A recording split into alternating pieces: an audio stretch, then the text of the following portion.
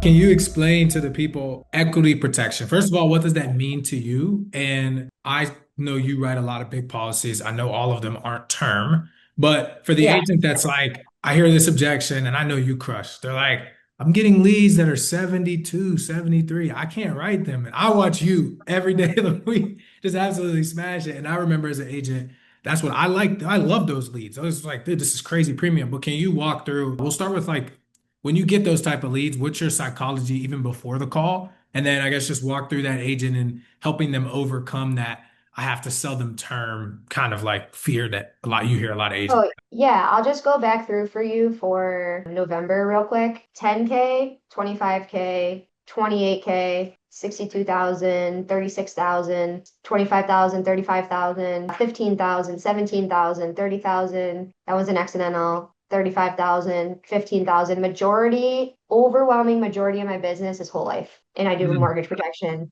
all day, every day for years or for 2 years. So it's almost always equity protection every time. And so I'm preparing them for that reality in the start. I'm like planting seeds to almost get them to say or admit that they're just going to sell the house in the beginning of the conversation. So like as I go through with them and I ask them their scenario, I'm like, okay, let's say it's like a wife talking to me. She wants a policy on her husband so that she's the one who receives the money. And I'm like, okay, so if, Don passed away tomorrow, what would you do? Do you see yourself staying in this house? Do you have like a sister who lives in Mexico? You go live with her. Like, what if you have grandbabies in Tennessee? Like, where are you going to go? What do you realistically think you would do? And then sometimes they'll just tell you right then and there, oh, yeah, no, I'd go somewhere warmer. Right. So now they've already admitted that they're going to sell the house, which is perfect because now you can word it like, well, great. There's no point in us paying off the whole mortgage. That's a waste of your money. Like the best play would be for you to do this a little bit more like economically and go ahead and just get a smaller policy. This is really just like a conduit or like a segue to be able to cash in on all the equity in your home. So you don't really need to pay off the mortgage. You just need enough time to sell to afford the mortgage long enough to sell so that you can cash in on the real life insurance policy, which is the 350 grand you have in equity. So this is like you have A and C, and this is just B to make sure you can connect the dots.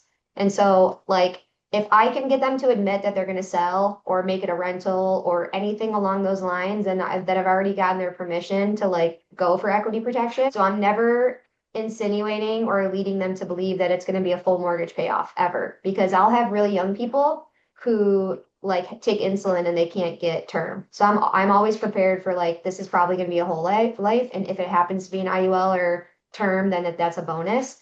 But talking to them about like what their plan is, and then after, and I'll even float the idea of like, yeah, so mortgage protection is life insurance.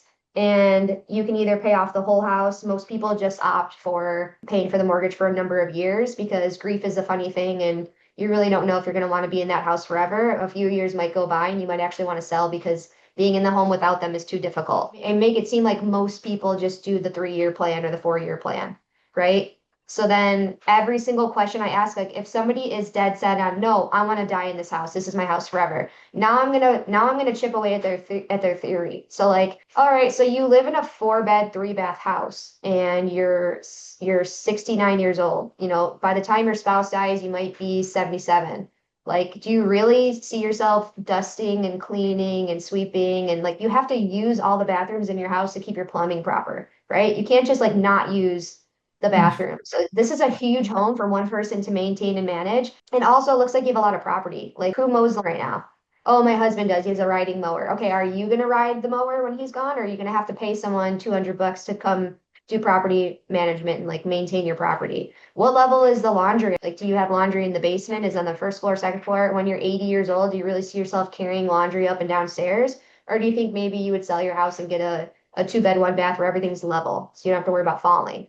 Because like the number one killer of old people is actually when they slip and fall, then they go to the hospital to recover and they actually get pneumonia while they're recovering. I have no idea if that's true, but it sounds so like that's what they to people. Like, it sounds believable, but I'm planting seeds of like your home is huge. That's a lot to maintain. And then they're like, yeah, okay, yeah, you know what? I probably would sell and downsize realistically. So now I've gotten their permission there again. So whatever's going on in their world, I'm getting them used to the fact that they're going to sell. Also with children, oh, I'm going to leave this house to my daughter. Okay, well, how many kids do you have? I have th three kids, but my daughter's my favorite, and the other ones have houses. I'm like, okay, so you're gonna let your daughter live in this house, right? But when your daughter lives in the house, do you think your other two children are gonna want payment? Like, yeah, she's gonna live in it, but are the other two, like, let's say your house is worth 300 grand, are the other two gonna expect 100 grand each? Oh, yeah, definitely. Okay, so there's no point in paying off your mortgage then for your daughter to just move into your house and then go get her own mortgage loan because she's got to pay her sister 100 grand and her brother 100 grand. So, like, there's no fucking point. You just need enough money to afford the mortgage long enough for your daughter to get out of her lease. Because a lot of lease agreements for renting an apartment are like the landlord wants 60 days before you move out. So if you die, she's got to pay her rent for 60 days plus your mortgage, and then she's got to hire a moving company and move in and like all these things. It takes time to like empty and clean out a home and also transition out of your living situation into this house. And then she's got to go get a mortgage loan anyway to pay off her siblings. So what you really need is like 20 or 30 grand to help your daughter get out of her apartment and into your home because she's going to have to pay your mortgage and her rent at the exact same time. She probably doesn't have that type of money. So I'm like, I'm making it sound silly to pay off the house. What you really need is money to get your daughter to transition. So it doesn't matter what they say. I'm just like figuring out ways to put holes in their theory about why it's not necessarily valuable to pay off the home. Like that's really not the goal here, especially with I don't know, you've heard people say like this isn't a pizzeria, we don't take orders. Like I'll always say this line to people, like I'm not here to sugarcoat for you, like I'm telling you what you can and can't get. There's going to be agents out there who are willing to tell you what you want to hear, and those agents commit fraud. Those agents don't admit that you had a stroke 5 years ago. Those agents don't admit that you are diabetic. So they're fudging the application to get you approved for something that won't pay out when you die. So like if you want a legitimate policy and like it's either you can't think about paying 200 bucks for 15 grand. You have to think about paying 200 bucks a month to make sure your family gets the 350 grand in equity. That's the real goal here. This like the fact that this is for 20 grand, that's just to make sure that they can pay it long enough the bank doesn't foreclose on your home. So I feel like when we go into it that way, it's almost always a sale, even if it's a small amount of money, because I'm not even bringing their mind to the face value. I'll mention the face value, but it's like the equity is the real prize.